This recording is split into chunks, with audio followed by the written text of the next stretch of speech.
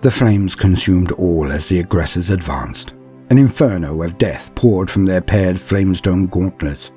The Prometheum fed through high-pressure valves, which could unleash walls of flame or send focused blasts into the smallest alcoves. The fire ate the shabby uniforms it touched. Faded Imperial eagles curled and disintegrated. Sealed within their fully enclosed helmets, the aggressors watched the destruction they wrought with dispassionate eyes. Destruction? This was slaughter. Sergeant Torvik walked ahead of his two battle brothers, the servos of his heavy Gravis armor whirring as he strode over the groaning deck plates of the Wayfarer. In the 2 hours since the Salamanders had boarded the crippled ship, Torvik and his squad of aggressors had worked their way down towards its warded Enginerum and had discovered the mutated Gellerpox virus running rampant. A glancing blow from a large arc driver clanged from Torvik's pauldron. It was enough to draw his attention, and he turned slowly. The arm, chest, and half the head of a deck officer protruded from the wall, flaking skin merging with rusted metal. The face grinned wide, the corners of its mouth tearing as the officer's arm raised slowly to strike again. Torvik ended the wretch's misery with fire. As the heat intensified, questing rivulets of burning liquid flowed through the wall panels, searing the foul growths that formed there. Torvik and his squad entered the Enginerum and were at once attacked by more of the former crew, mutated almost beyond recognition. 2 nightmare hulks, swollen with energies radiating from the ship's Gellerfield generator, were crushed by blows from Torvik's power gauntlets. But not before their writhing appendages had pulled down one of his battle brothers. Everything else burned. The sergeant signaled his commander that the Enginerum was clear, no surviving crew. The commander acknowledged the report. All Salamanders understood the grim consequences of the Third Company's duties. Torvik considered the flailing arms vainly clawing at the flames. They were human arms, even if their bearer was not.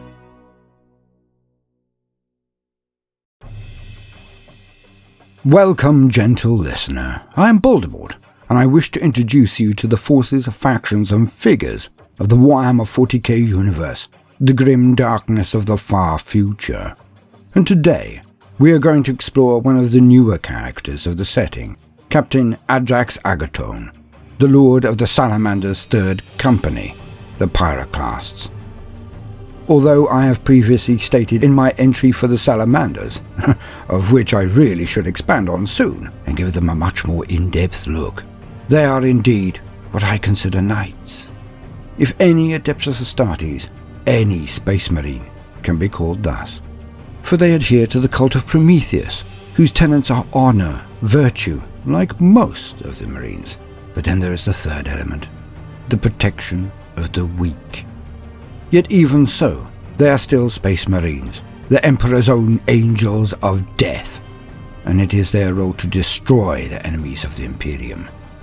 Despite them being heroic and noble, they are still required to do what others would not, to confront terrors others could not, to bring victory where others are unable.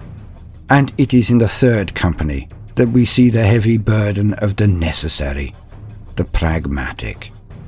So, for the very basics, let us lean on existing wisdom.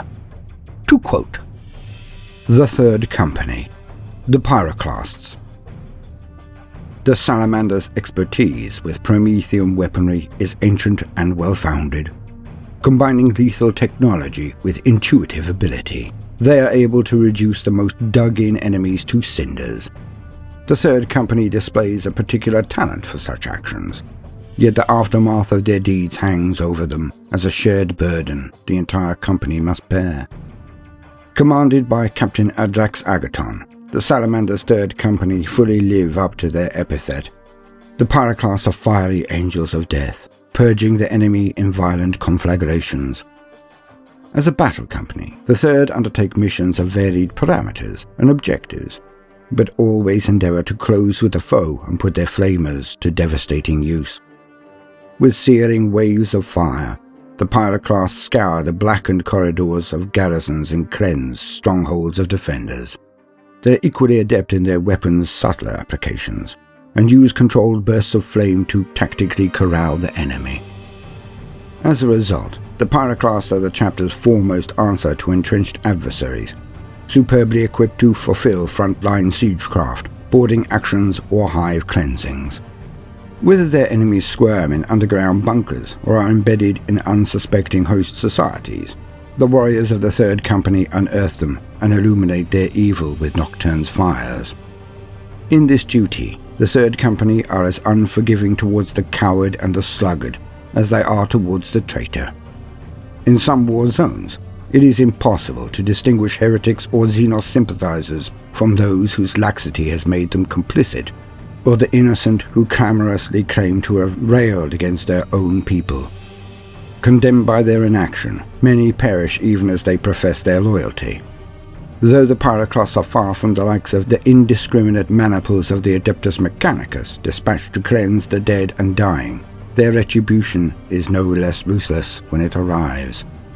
Since the opening of the Great Rift, the Third Company's skills have been in greater demand.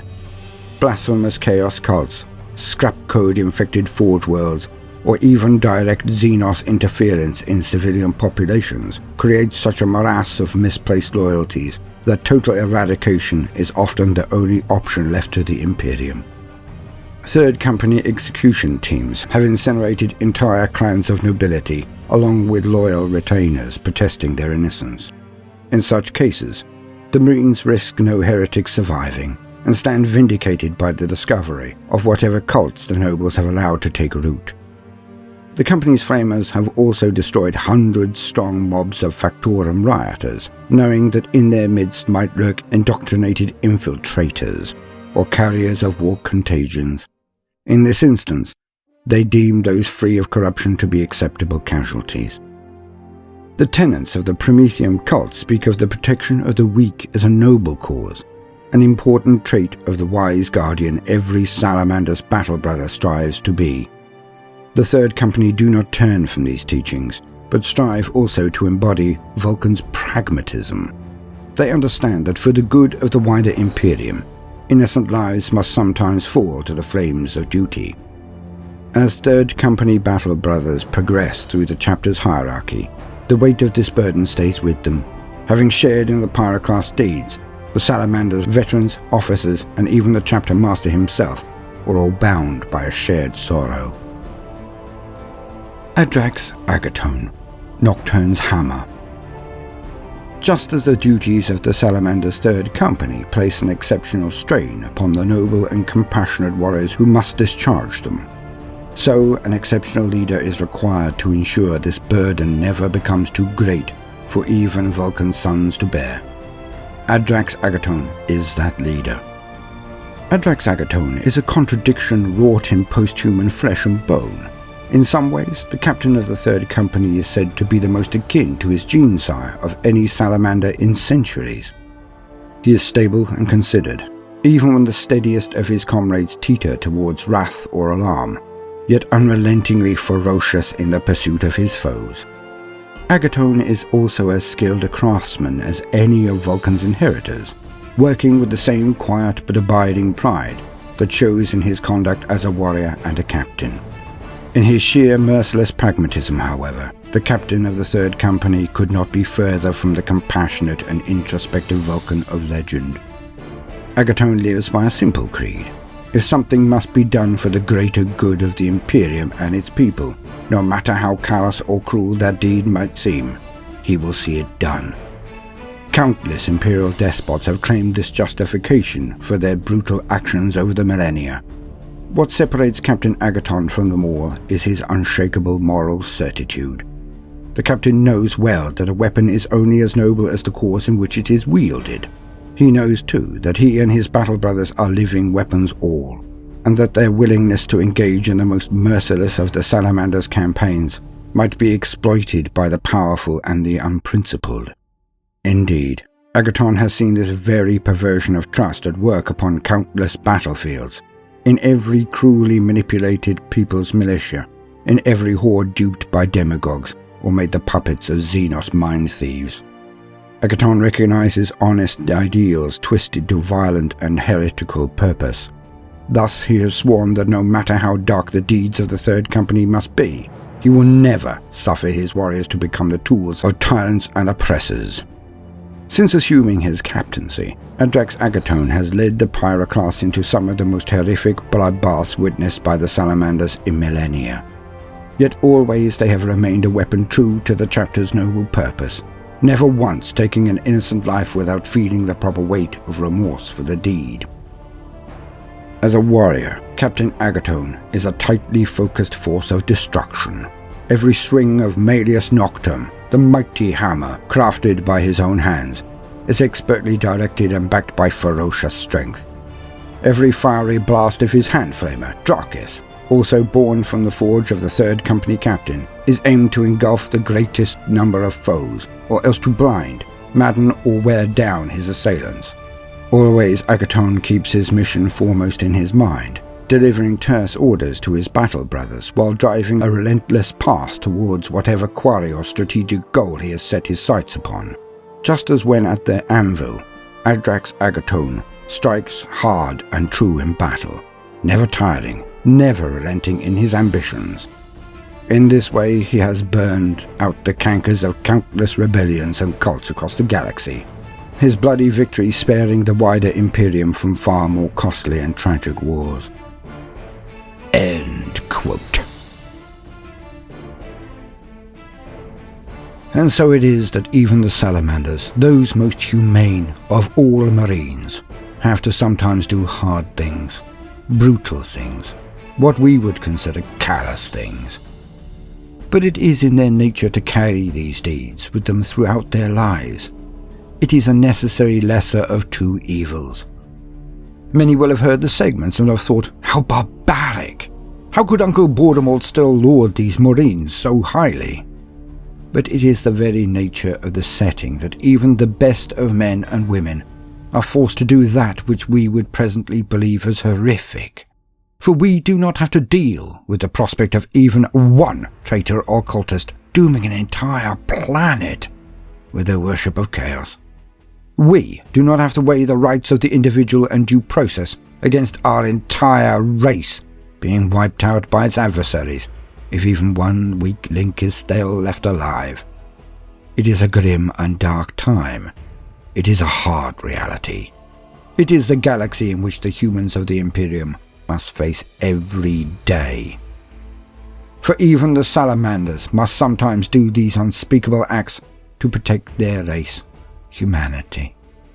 But unlike most other Marines, these, the noble sons of Vulcan, carry every last life, every face, every deed, until their dying day. For they truly mourn these acts, where few others do. And it is in this responsibility, this awareness of their actions, this retention of one of the most potent emotions, regret, that shows that of all Marines, all Astartes, they are, and always will be, the most human. I have been Baldermort, your faithful servant. I hope you have enjoyed this exploration of the 3rd Company and its lord. If so, please do consider liking and subscribing. If you do, then hit the notifications button, as I would not want you to miss out. Now, no matter what you do today, do try to make some time for fun. Toodaloo.